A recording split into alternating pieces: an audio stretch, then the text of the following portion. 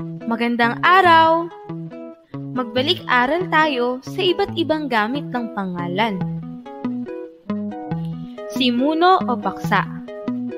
Ito ang pinag-uusapan sa pangungusap. Upang mas maunawaan natin, narito ang mga halimbawa. Halimbawa, ang balita ay nagbibigay ng impormasyon sa tao. Ang balita ay ang pinag-uusapan sa pangungusap. Ibig sabihin, ito ay ginamit bilang simuno o paksa. Ang kaibigan ko ay maunawain. Ang kaibigan ay ang pinag-uusapan sa pangungusap. Ibig sabihin, ito ay ginamit bilang simuno o paksa sa pangungusap. Panawag. Ito naman ang pangalang ginagamit sa pagtawag sa tao o sa kinakausap.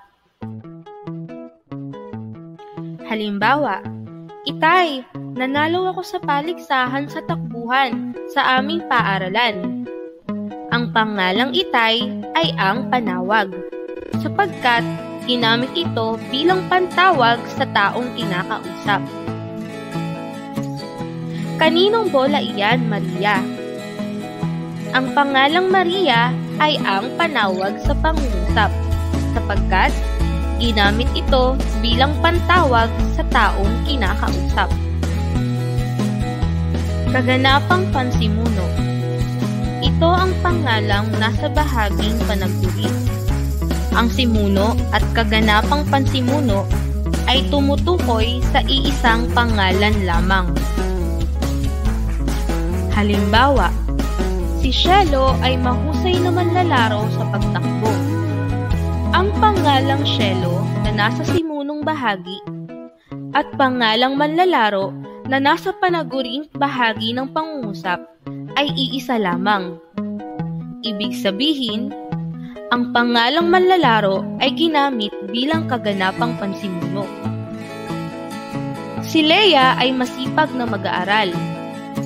Ang pangalang Leia na nasa simunong bahagi at pangalang mag-aaral na nasa panaguring bahagi ng pangungusap ay iisa lamang. Ibig sabihin, ang pangalang mag-aaral ay ginamit bilang kaganapang pansimuno. Pamuno. Ito ay nagbibigay turing o paliwanag sa paksa.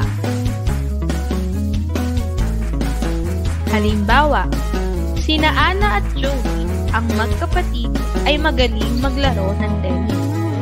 Ang pangalang Ana at Joey at magkapatid ay iisa lamang.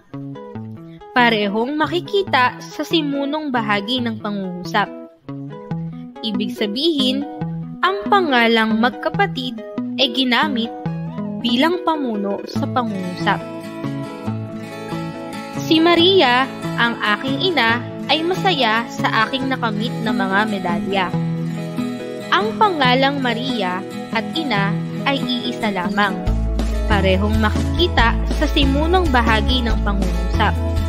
Ibig sabihin, ang pangalang ina ay ginamit bilang pamuno sa pangungusap. Ang pangalang magkapatid at ina ay ginamit bilang pamuno upang mas higit na makilala ang simuno sa pangungusap. Layon ng pandiwa. Ito ang pinag-uukulan ng kilos na isinasaad ng pandiwa. Halimbawa, siya ang nag-abot ng medalya sa ina. Ang pangalang ina ay ang tumanggap ng kilos na nag-abot sa pangungusap. Ibig sabihin, ang pangalang ina ay ginamit bilang layon ng pandiwa. Nagtuturo ng Filipino si Binibining Honey Grace. Ang pangalang Filipino ang tumanggap ng kilos na nagtuturo sa pangungusap. Ibig sabihin, ang pangalang Filipino ay ginamit bilang layon ng pandiwa.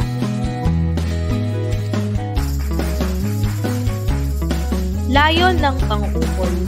Ito ay pangalan bilang layon ng pang-ukol sa pangungusap. Ginagamitan ito ng mga salitang sa, ng, para sa, para kay, tungkol sa, at iba pa. Halimbawa, para sa bayan ang medalyang napanalunan ko. Ang pangalang bayan ay kasunod ng pang-ukol na para sa. Ibig sabihin, ang pangalang bayan ay ginamit bilang layon ng pang-ukol. Ang pagkain ito ay para sa aking pusa. Ang pangalang pusa ay kasunod ng pang-ukol na para sa. Ibig sabihin, ang pangalang pusa ay ginamit bilang layon ng pang-ukol sa pangungusap.